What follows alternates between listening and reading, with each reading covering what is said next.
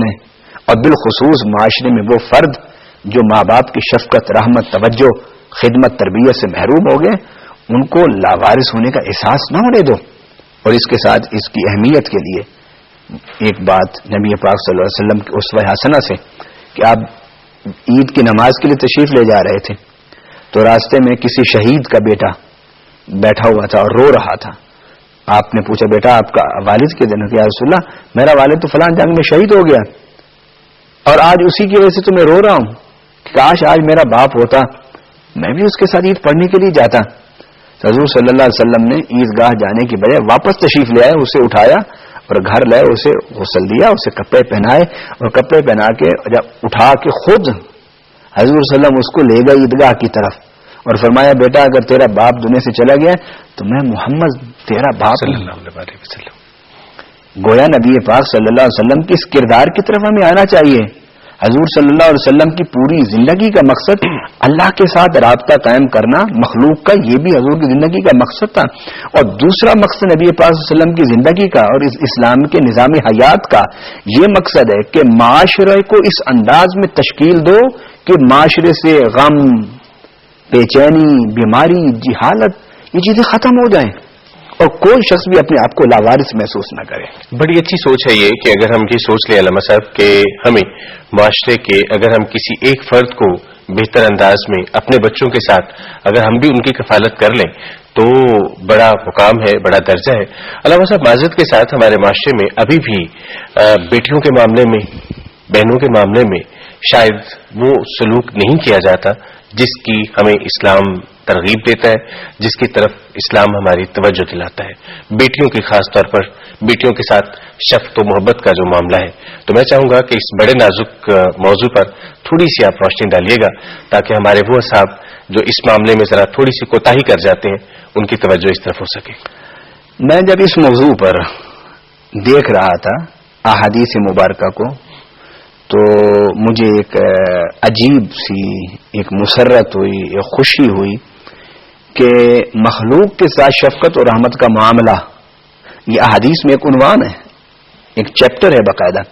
اس میں پہلی جو احادیث ہیں 2، 4، 5 وہ بیٹیوں کے بارے میں ہیں، وہ بیٹیوں کے حوالے سے ہیں. اور اس میں ایک حدیث جو سب سے پہلے آئی ہے وہ میں آپ کے گوش گزار کر دوں. فرمایا ارحموا من فی الارض یرحمکم من فی السماء، کرو مہربانی تم اہل زمین پر، خدا مہربان ہوگا عرش بری پر. کیا بات، یہ پہلی حدیث ہے کہ تم زمین والوں پر تم رحمت مہربانی کا معاملہ کرو، شفقت کا معاملہ کرو، محبت کا معاملہ کرو. تو وہ جو آسمان پر بیٹھے ہیں اللہ وہ تمہارے ساتھ شفقت و محبت کا معاملہ کرے گا. اور اس کے بعد جو دوسری حدیث ہے اس شفقت اور رحمت کے حوالے سے وہ یہ کہ نبی پاک صلی اللہ علیہ وسلم چوم رہے تھے کسی بچے کو.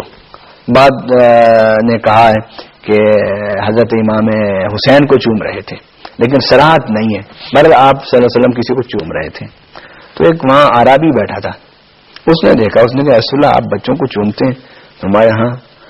اس نے کہا رسول اللہ میرے تو کئی بچے، میں نے تو کبھی کسی کو نہیں چوما. تو نبی پاک صلی اللہ علیہ وسلم نے فرمایا کہ یہ بچوں کو، اپنے بچوں کو نہ چومنا پیار و محبت میں یہ در حقیقت دل کی سختی کی نشانی ہے. یہ اس کا مطلب یہ کہ اللہ تعالیٰ نے تیرے دل سے رحمت و شفقت کے جذبات کو نکال دیا ہے. گویا حضور یہ تلقین فرما رہے تھے کہ اپنے بچوں کو ساتھ صرف باپ بن کے نہ رہو بلکہ ان کے ساتھ شفقت و محبت و پیار کا ایسا معاملہ کرو کہ وہ تمہیں اپنا دوست محسوس کریں. اور اسی کے ساتھ جو اگلی حدیث ہے وہی جو آپ نے سوال کیا بیٹیوں کے حوالے سے، اس میں 2 حدیثیں میں بیان کروں گا. ایک حدیث حضرت عائشہ صدیقہ رضی اللہ تعالی عنہا سے روایت ہے. آپ فرماتی میرے پاس ایک عورت آئی، اس کے پاس 2 بیٹیاں تھیں، وہ عورت بھی بھوکی تھی اور اس کی دونوں بیٹیوں نے بھی کئی دنوں سے نہیں کھایا تھا. انہوں نے حضرت عائشہ صدیقہ سے سوال کیا تو سیدہ عائشہ نے گھر میں اور کچھ نہیں پڑا تھا، ایک چھہارا پڑا تھا، آپ نے اٹھا کے اسے دے دیا. اب آپ اندازہ لگائیے کہ رحمت للعالمین کا گھر ہو اور ایک چھہارا اس میں. کیوں؟ کہ نبی پاک صلی اللہ علیہ وسلم کی یہ تعلیم تھی کہ جو کچھ آج ہے تمہارے پاس شام سے پہلے وہ تقسیم کر دو. اللہ کل تمہیں اگر زندگی دے گا نا تو کل تمہیں رزق بھی دے گا. اس لیے وہ ذخیرہ نہیں کرتے تھے، اکٹھا کر کے گھر میں کچھ نہیں رکھتے تھے. تو وہ ایک ہی چھوارا پڑا تھا وہ آپ نے دے دیا اور دوسری طرف آپ دیکھیے حدیث کی الفاظ اور ماں کی ممتا کا اندازہ لگائیے. اس خاتون نے اس چوہارے کو 2 حصے میں تقسیم کیا, ایک بیٹی کے منہ میں دے دیا اور دوسرا دوسری کی بیٹی کے منہ میں دے دیا.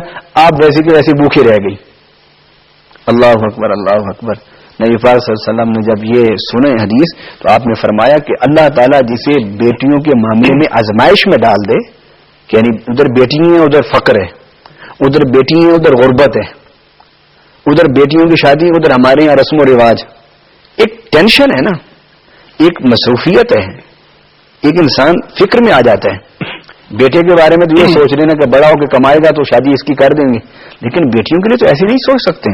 تو نبی صلی اللہ علیہ وسلم نے فرمایا کہ جو بیٹیوں کے معاملے میں آزمائش میں ڈالا جائے گا اور وہ ان بیٹیوں کی تربیت کرے حتیٰ کہ وہ بالغ ہو جائیں, جاء یوم القیامت آنا وہوا ہاکذا, کہ قیامت کے دن وہ شخص جو بیٹیوں کا باپ ہے یا ماں ہے اور میں اس طرح قیامت کے میدان میں آئیں گے. اور آپ نے اپنی دونوں انگلیوں کو ایسے جوڑ کے اشارہ فرمایا. کیا بات ہے علامہ صاحب, بڑی خوبصورت بات آپ نے کی کہ بیٹیوں کے ساتھ خاص طور پر معاملہ یہی ہونا چاہیے, محبت والا, شفقت والا, اور مخلوق خدا کے ساتھ بھی ہمارا رویہ جو ہے وہ یقیناً شفقت و رحمت والا ہونا چاہیے, تبھی ہماری آخرت جو ہے وہ سمجھ سکتی ہے. علامہ صاحب, ہم نے اس پروگرام میں ریکویسٹ کی ہوئی ہے اپنے ناظرین سے کہ اگر ان کے ذہن میں کوئی سوال ہو تو وہ ہم سے ضرور پوچھیں. سوالات بہت سارے آتے ہیں ہمیں ای میل کے ذریعے بھی اور خطوط کے ذریعے بھی, لیکن ہمارا چونکہ وقت محدود ہوتا ہے, ہم بہت سارے سوالات ہیں جن کے جوابات آپ سے پوچھ نہیں سکتے. تو آج میں چاہتا ہوں کہ جلدی سے ہم ایک سوال کم از کم ضرور شامل کر لیں.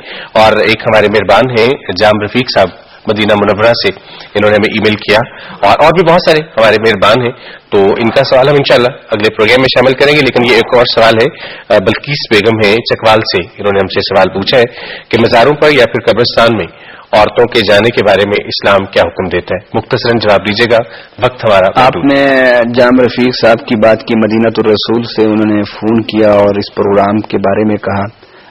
یقیناً وہ ہمارا پروگرام سن رہے ہوں گے. میں انہیں کہوں گا کہ وہ نبی پاک صلی اللہ علیہ وسلم کے روضہ انور پر جا کر ہم سب کی طرف سے سلام عرض کریں گے. اور دوسری بات یہ ہے کہ نبی پاک صلی اللہ علیہ وسلم نے شروع میں قبروں پر جانے سے منع فرما دیا تھا, اور تھوڑے عرصے کے بعد جب تعلیم تربیت دی نبی پاک صلی اللہ علیہ وسلم نے تو اس کے بعد فرمایا کہ آپ جایا کرو. فرمایا کن تو نہائی تو کم ان زیارت القبور, اچھا الان فزوروہا, میں نے خود تمہیں پہلے قبروں پر جانے سے روکا تھا, اب جایا کرو. اس کے اندر کیا فلسفہ ہے؟ فلسفہ یہ ہے کہ پہلے نبی پاک صلی اللہ علیہ وسلم نے انہیں روکا, انہیں بتایا کہ قبروں پر جانا اس انداز سے جائیں, اس طریقے سے جائیں.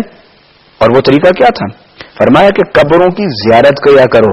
قبور قبر کی جمع, مقابر بھی قبر کو کہتے ہیں, مزار بھی قبر کو کہتے ہیں.